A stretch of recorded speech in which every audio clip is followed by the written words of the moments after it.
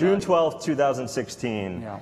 I know where I was. I was supposed to have a day off, and I was in my car driving into Brooklyn from New Jersey to pick up cupcakes for my daughter's first birthday party. And I get a text message, Amazon, the exact text message, Amazon fucking bought, excuse my language, Whole Foods. And you were where? So I got that text message earlier. Day early? No, John Mackey actually called me. He told me that that Amazon had decided to buy Whole Foods, and that he wanted me to be one of the first people to know. And that was because you had a long-standing relationship with Whole Foods as your biggest business customer. So Whole Foods was one of our largest nationwide partner. When we launched Instacart in 2012, it wasn't clear the way that groceries are going to come online. People were thinking that groceries were going to come online, but they didn't know exactly how this was going to happen. And Whole Foods bet on Instacart early. And they said, well, we believe that the way groceries are going to come online was not through warehouses, not through building fulfillment centers everywhere in the world, but through using existing grocery stores. And so we brought a lot of the Whole Foods stores online, and at the same time proved the model so that we were able to bring a lot of other grocery stores online as well. What part of the model are you saying you're proving? Just that there was demand, or that it was actually economically sustainable? So by last year, we had proven both of those things, that there was a lot of demand and that the model was sustainable. And so in the early days of Instacart, candidly, we were losing money on every single delivery, and we were growing really fast. Not a good combination, right? And so we had to learn a lot of things. One of the things that we had to learn was how to batch orders effectively. And we had to learn how to make sure that our labor model works. We had to make sure that we had economies of scale. None of those things were what we had in the early days. But over time, we built those things. And so one of the things that we've learned, for example, is that in every single market, as we continue to grow, as we have more volume, we build density. And with density, each delivery takes less and less time. One thing that we've learned is that each minute that we save in each delivery is 25 cents in gross margin. And so when we save that money, we can give that back to the customer so that it's cheaper for the customer to make an order on Instacart. So those types of things are not something that we had learned. But now, of course, because we have the logistics figured out and the economies of scale in most of the markets, today, it's been over 2 years now that we've been gross margin positive. And so we'll get back to the unit economics. Back to the sad conversation with John Mackey for a second. So he tells you this, and you say, what? Oh, there's not much to say at that point, right? Yeah. It was probably a 1-minute call, really at that point we had to game plan. Right? Instacart had to game plan. Yep. And it wasn't just Instacart, the whole industry had to game plan. This was a shock to the whole industry.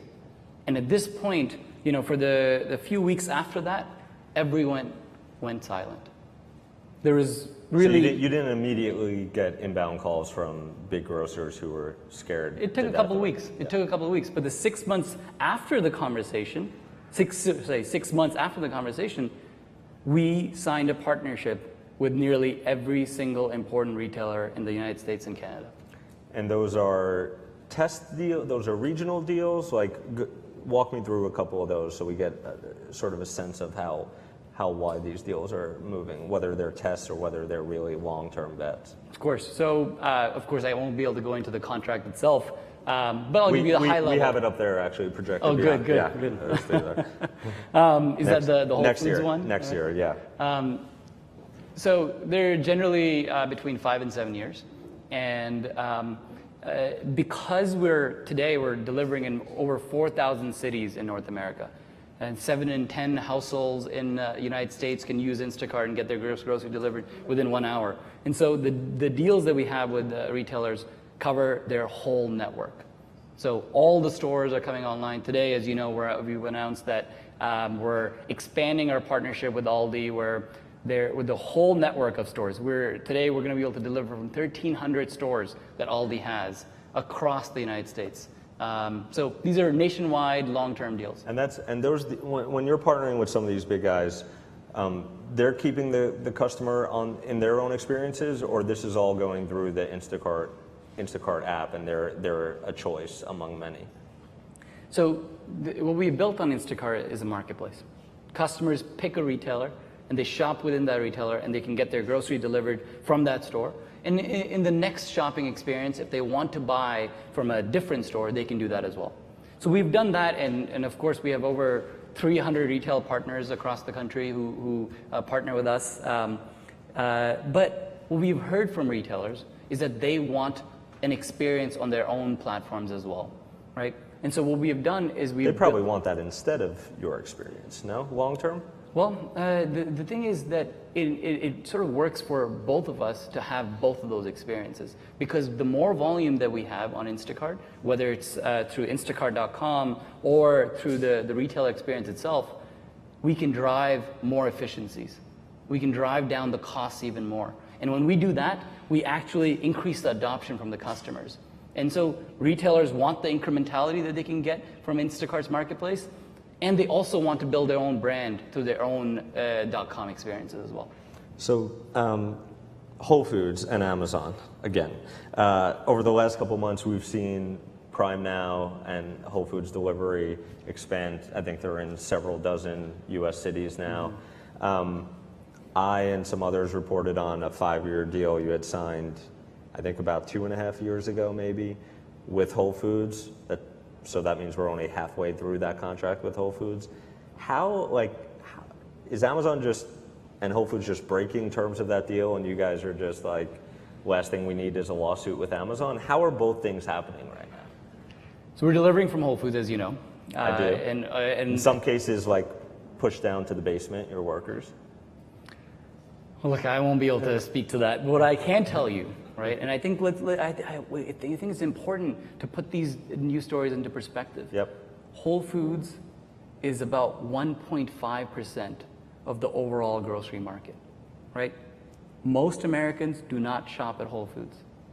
The retailers that most Americans shop at are partners of Instacart. Now, you also have a subscription service that's yes. An annual subscription for I would assume, your best customers. Yes. I would imagine the overlap between your best customers who can afford to spend is at $149 a year, right? $149 per year, yes. Yep, $149 a year. The overlap between that group of people, who I'm assuming are core to your success right now, and the demographics of a grocer like Whole Foods, I would guess those are a lot closer than mainstream America. You know, if you look at subscriptions like Spotify, like Netflix, like Amazon Prime itself, they're actually not that much more cheaper than Instacart's Express membership, right? And so what we see is that customers order on average once a week, right? So that's about $3 per delivery. That's cheaper than a gallon of gas. And what we see is, as the economies of scale come in, as we have more and more delivery volume, we can drive the prices down as well. So we're seeing a lot of adoption. Since last year, we have more than doubled our volume. Whole Foods is not our largest partner. We're seeing more adoption for our existing mainstream conventional retailers like the Albertsons, like Aldi, for example, where you can get 99-cent milk. And what we also see is that our largest growing markets are not the markets where Whole Foods has a dominant share. Our largest growing markets are more closer to markets like Chattanooga and Anchorage and Fargo, where the household population is under 100,000. Those are where more than half of our business comes from. And what do the fees in those markets look like? Are you subsidizing in order to make those more attractive for newer markets? It's the same fees. Same fees. Mm-hmm. We'll talk about fees in 1 second, but you didn't actually answer the question about how the Whole Foods deal and your relationship, the Amazon Prime Now delivery and your relationship with Whole Foods are able to coexist without a contract being broken or being bought out of. I won't be able to go into the contract details. You know that, Jason. I won't be able to do that with any of the retail partners as well. Okay, but in a hypothetical world where like people cannot understand how these things coexist, what might your answer be? Well, look, because I think you just like suing Amazon is just like a no-win battle, and so they may be very well just violating it. And well, look, I don't think anyone expected Amazon to buy Whole Foods. Yep. Right. And the contract was obviously written with that expectation not in mind. And so today we're delivering from Whole Foods, and other parties may be delivering from Whole Foods as well. Yep. Okay. But as you know quite well, I won't be able to go into the details. Okay. Well, we'll move on. Another topic you love. You have a large network of both delivery people. That's right. I think what you call shoppers in stores, and the relationship with them, and especially as they've grown, it's been, I would say, up and down is probably a diplomatic way to put it. A lot of that is done with been caused by pay changes, how you pay them, how much, does a tip go to them, is a tip hidden in the app, is it accessible? I'm not going to go through all the iterations, but I've been somewhat critical in the past of some of these pay changes and how hard it is to tip has been in the past to tip these people. I still get emails several times a week, so it's a vocal group, right? Have you made mistakes in the past in terms of how the pay structure has been and sort of how core you think they are to the overall business? And if so, what are you doing about that? So first of all, yes, we have made mistakes in the past, and we have debt with our shoppers. The reality is that we have 50,000 shoppers on our platform, and this number is growing really, really fast. And so we need to do much, much better here, and we recognize that. And we're working on it. This is a core focus of our company. And the few things that we're doing, I'll just give you an example of this, is the first thing that we hear from our shoppers is that when something goes wrong in the store, in the app, outside the customer's door, they need support. They need to be able to call in and make sure there's someone from Instacart who's there to help them. And so what we're doing is we're bringing in, we're building an office in Atlanta, which is going to have 300 people just focused on making sure they're providing the greatest level of support. So we're doing that. We've also heard from our shoppers that they need way better technology that routes them in the cities or in the stores and make sure that they understand how to provide a great customer experience. And so we're expanding our engineering team to make that happen. We just brought in a VP of engineering to lead our shopper team. And before joining this team, this person had done over 100 hours as a shopper. So they know what's wrong and what's working. Mm-hmm. In addition to that, we have a shopper council, which is a group of shoppers from across the country that we have brought together so that we're listening to the shoppers. We're hearing the feedback before things go wrong, things like the ones that you mentioned. We make sure they understand what features we're going to be shipping, and they help us get better on those and make sure that they are shaping the roadmaps that we're building as well. This is a key area of focus for Instacart, and we're working on it.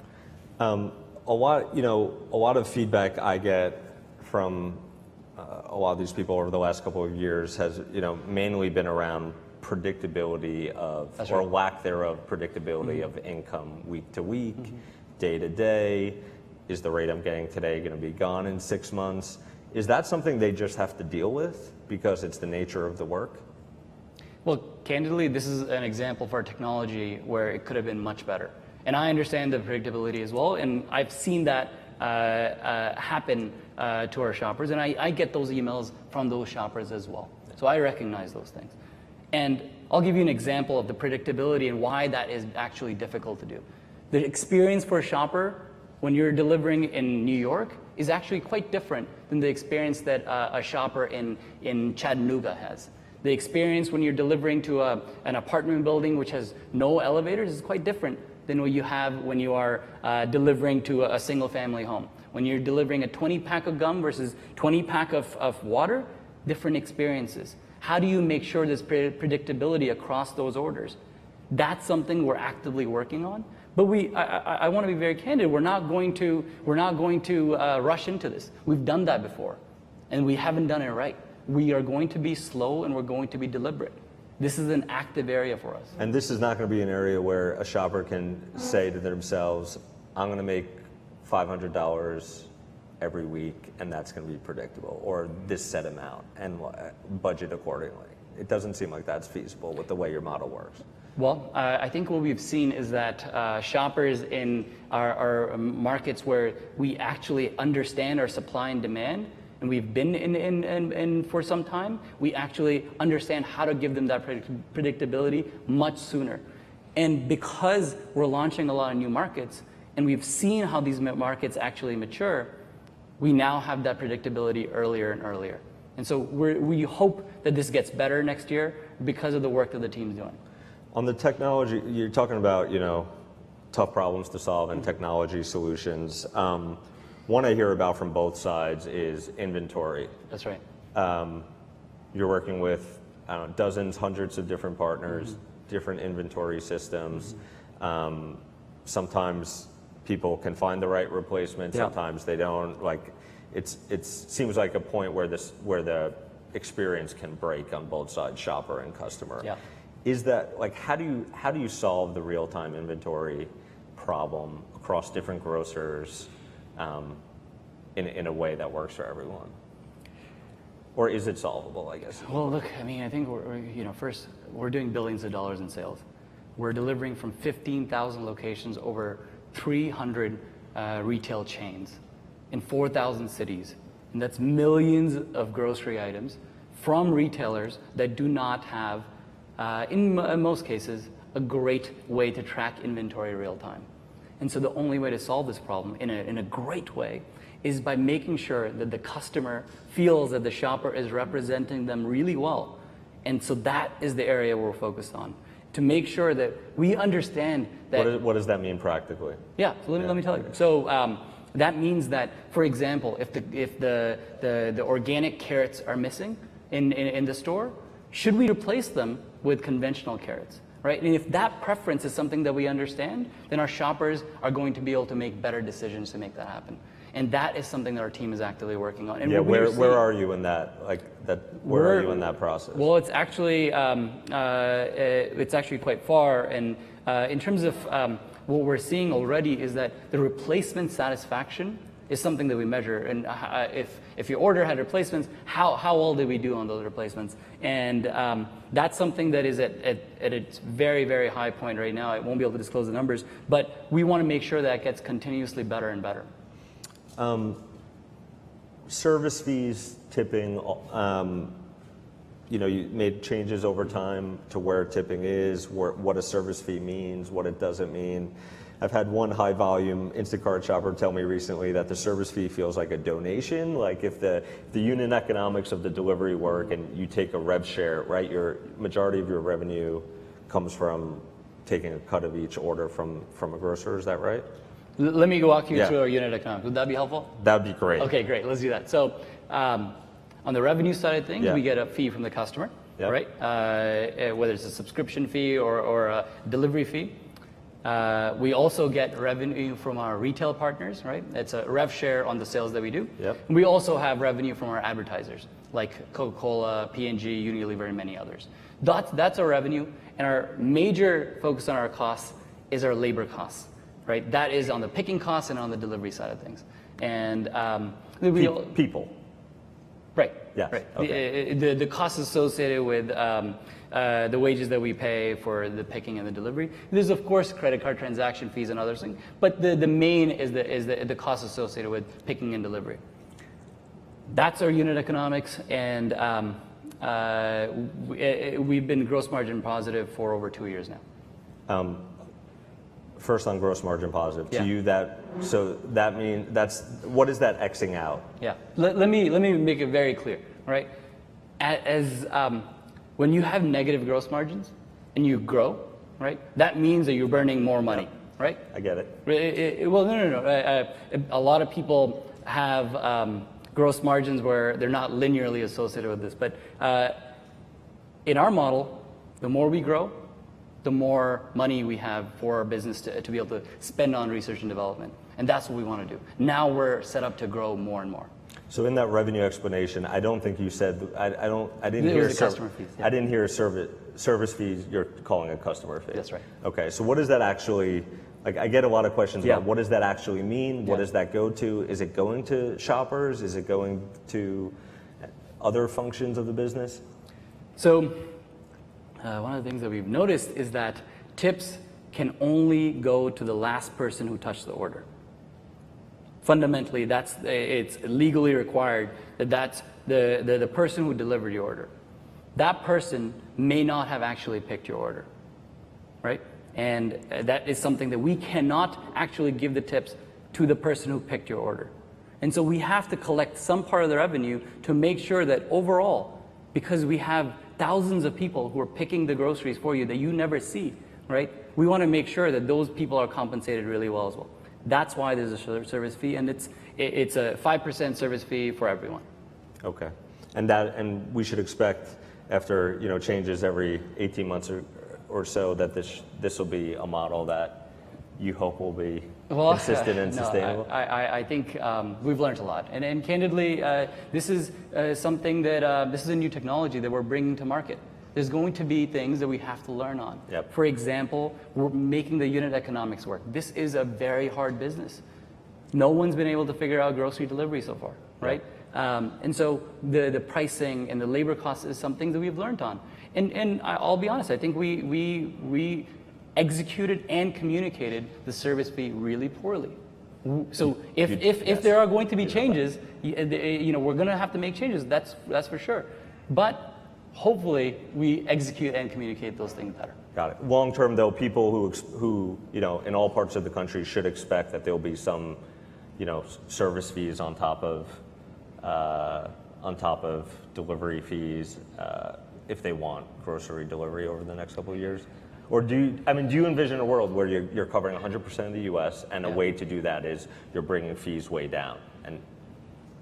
So today we announced our partnership with Aldi, where we're launching over 1,300 stores with them, and the way we see it is that that is really cool because we can give customers not only the convenience of getting your grocery delivered, but things like 99-cent milk, right, which you cannot get online. Right? So it truly is something that we're really focused on over time as we have the economies of scale, right? As we have some of the coupon revenue coming, which is, for example, today we have one of the largest coupon platforms on the internet for groceries.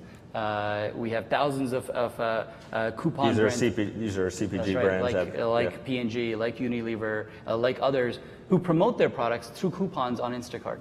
And now customers can get those savings, which in most cases they wouldn't even be able to get offline. They can get those savings on Instacart. And so we think that there's more and more room for improvement in pricing, and we're actively working on it as well. You've gained a lot of new big partner grocers over the last 18 months. There are two big ones out there that I think of that I'm curious about that aren't on the platform in the U.S. Walmart being one of them. Trader Joe's being another one. You were early partners with Trader Joe's, and then, I don't know, there was some... We didn't have a partnership with Trader Joe's. Oh, you didn't? No. You just picked from their stores, and they weren't happy about it. Got it.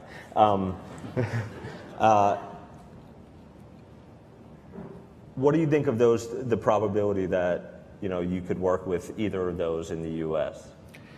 So, as you know, we recently launched Walmart Canada. We're very excited about that. We are partnered with Sam's Club in the United States, which is obviously a Walmart subsidiary. The way we think about this is that we can bring incremental volume to them, and so we would love to partner with them at some point. But if you think what's the holdup? Like what is for each of them? Like what? With Walmart and Trader Joe's? Yeah. Look, sometimes these things take time. The reality is this is a new model. This is an unproven model to them, and we want to make sure that we're continuing to build a relationship. And at some point, hopefully, they see the value in the incremental business that we can bring them. We have time for a couple of questions if anyone wants to line up. Otherwise, I'll keep going. I know there's mics in the middle. And please just tell us who you are. Julia Naran with Business of Home. Instacart has changed my life. I love it. I have one question. Did you pay her? Jesus. I'm a high volume shopper. Do you mark up the grocery, or does Whole Foods specifically mark up the groceries through the Instacart platform as well, compared to the ones in the store? That's the first part of the question. There was a Reddit post recently where a person took the Instacart app to the store and compared, and they were different. So maybe that's just a Whole Foods thing, if it's even true at all. Second, do you see yourself potentially moving beyond groceries and becoming like an antidote to Amazon?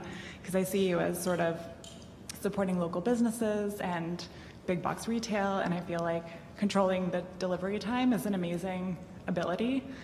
And I see that really, competing with Amazon one day. Yeah, thank you. Thank you for being an Instacart customer. Really appreciate it. So look, the prices that we have on Instacart are set by the retailers. The retailers tell us exactly what the prices should be, and that's the prices that we reflect for the customers.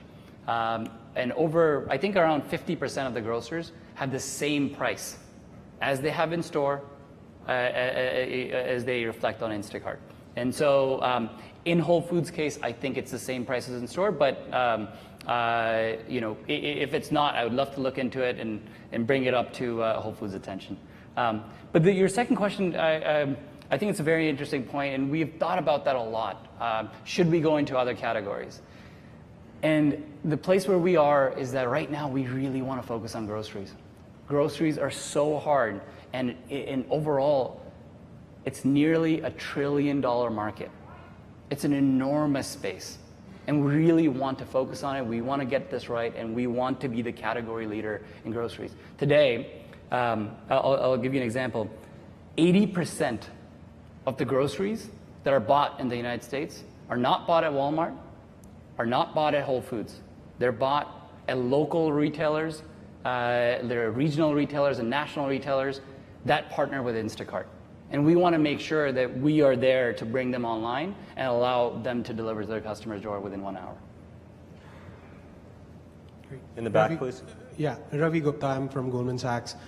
Quick question on micro fulfillment centers. There's been a lot of chatter recently. What does that mean for your business, and other aspects of it that you can leverage and sort of borrow? Really good question. So, can you just repeat the question if people didn't? How do we think about micro-fulfillment centers? So today, if you look at the number of stores that exist in the United States, in Canada, and in most of the developed world, you will see that there's a grocery store within 10 to 15 minutes of every household. That's definitely the case in America. And so now when you think about what is the best way to get the groceries to the customer's door, we think it is from those grocery stores. And that's why today we're delivering from 15,000 locations, and that we think is only going to increase. And so we really want to focus on delivering great experiences from the existing grocery stores. So that's a no to the possibility of opening up own micro or any size fulfillment centers? Look, we'd be very open to pilots like that, and we're going to consider those. But the reality is the scale that we're operating at and the scale that the overall grocery market operates at requires a solution for right now as well as for later. And right now, we want to be focused on the grocery stores. Sorry, one in the back and then one up here. Hi, yesterday Scott Galloway had a slide that showed sponsored products searches as it related to like grocery on Target and Walmart and Amazon and what they're doing there. Have you seen that, sponsored products, as a viable source of incremental revenue on your search pages? Great question. So advertising revenue is something that is, I'd say, quite unappreciated as a source of revenue on Instacart. And we think that over time... So tell us how much it is. In the long term, we think a substantial portion of our revenue really comes from advertisers. And the reason is actually quite simple. If you look at the consumer packaged goods companies like P&G and others, they're the largest advertisers in the world. They spend billions of dollars on TV and on Facebook and other channels. These advertising channels are mostly focused towards brand. They're not direct response. And that's because no one has built a direct response way of targeting those customers for consumer packaged goods. And so what we want to do is we want to build the AdWords for groceries. And that's something that we're actively working on. And over time, we believe that that's one of the main ways that we can actually drive prices down for customers. So what's as well. substantial part of your overall revenue in the future? Is that 20%? Is that 40%? It's a big chunk. Is that 60%? One quick question, and then we'll do one here. Do you have candid conversations with grocers about whether they're in this for the long haul with you, or whether, if delivery becomes so crucial to them, you would think some of the big guys would decide, I need to own this myself. Does that come up in the conversations you have with them? Well, let's look at that, right? Let's look at that structurally. So from a customer standpoint, we want to make sure that customers have a subscription service where they can shop from any of the grocery stores. Most Americans do not just shop at one grocery store. They actually split their basket with multiple grocery stores, right? And Instacart is a perfect way for them to do that, right? So that's number one. The second is, now if you think about what you would have to build as a grocery store, because the grocery retailers today understand that this is critical. They need to get this right. And so they have to think about, they have thousands of stores across the country, and they need a partner that can light all of them up overnight. Instacart is the best place to do that because we today cover 70% of the households. And hopefully soon, in the next 6 months, we're going to be covering 80% of the households. No one else can do that.